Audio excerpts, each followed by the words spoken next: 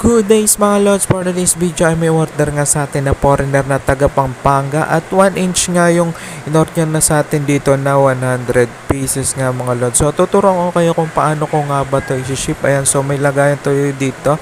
Yung sa biskwit yan mga lods, no? At binutasan ko nga lang yan mga lods, no? Yung gilid na yan. So ito na nga pala mga lods, no, binutasan ko nga pala dito sa may gilid itong ating sa may biscuit at dyan ko nga pala nilagay yung ating mga railings, no, 1 inches nga lang pala yung mga lods. At dyan yung takip nga din binutasan nga din pala natin mga lods. At may pre na yan na pod na kasama sa loob. Against guys, no, pag magpapadeliver kayo dito, nakadepende pa rin yun sa weather at sa mga rider natin, no. So ayun guys, no, ito nga palang lagayan nito santo na bibili. Meron na ito sa O-Save at bubutasan nyo nga lang yung takip mga lods at lalagyan nyo lang sila ng konting tubig at ilalagay nyo nga dyan sa may loob ng ating timban mga lods, no. At yun lamang, at lalagyan nyo nga pala to ng yelo. Lalagyan nyo nga pala guys ng yelo, ano. At yung nga palang nasa ilalim ng lagayan ko na to, no, itong sa may biskwit dito. Yan. So mga sapin lang yan para hindi masyadong mainitan. At binutasan ko din yan sa ilalim. Dahon nga pala ng saging yan mga lods, no. So ganun lang. Kakamadali nga natin ay nakalimutan natin na videoan yung paglagay natin sa takip ng yelo mga lods. So ano nga lang pala, kalahati nga lang pala yung nilagay natin doon. Nilagay natin sa plastic tapos sa ilalim po siya, no, ng takip nilagay natin. So parang nakapasok siya tapos nilagyan natin ng tape nga, no, yung malaki na tape, yung brown, para dumikit nga siya doon para hindi siya mainitan. So nakadepende pa rin to sa panahon kung kailan kayo magdi-deliver, kung mainit ba. So ngayon medyo tag-ulan kaya safe na nakarating naman sa ating pinag-deliveran yung ating crayfish nga dito mga lods, no. So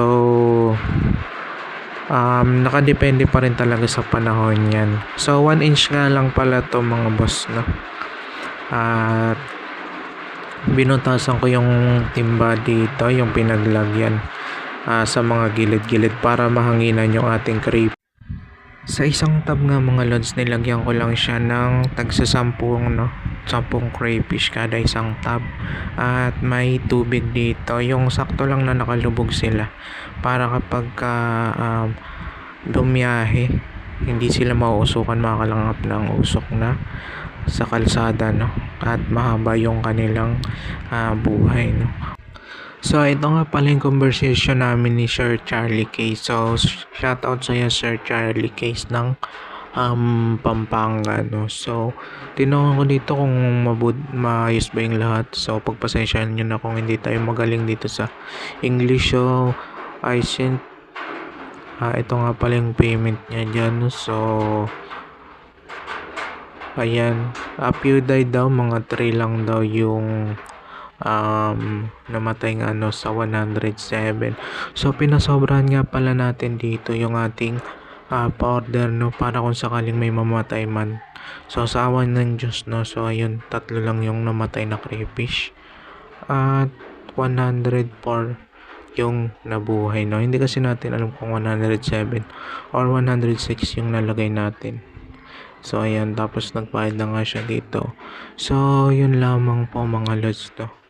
At safe yung travel natin doon sa ating crayfish. Sa Lalamove nga pala. At sa Lalamove nga pala mga lods, para ma-priority kayo is kailangan times 2 nyo yung inyong bayad. So ako kasi first time ko lang dito. So ano yun 500 plus. Tapos sabi nung rider para hindi naman daw sila lugi kasi nga malayo yung pagtatrabilan ng ating pa-order. So ginawa na natin 1,000, no. Si customer yung nagbayad ng kalahati at tayo sa kalahati, no. So ayun, 1,000 yung shipping fee. At sana nakatulong tong video. Please like, subscribe, and hit the notification bell para updated nga kayo sa mga video pa natin ilalabas tungkol dito sa mga tutorial. Yun lang po, and God bless.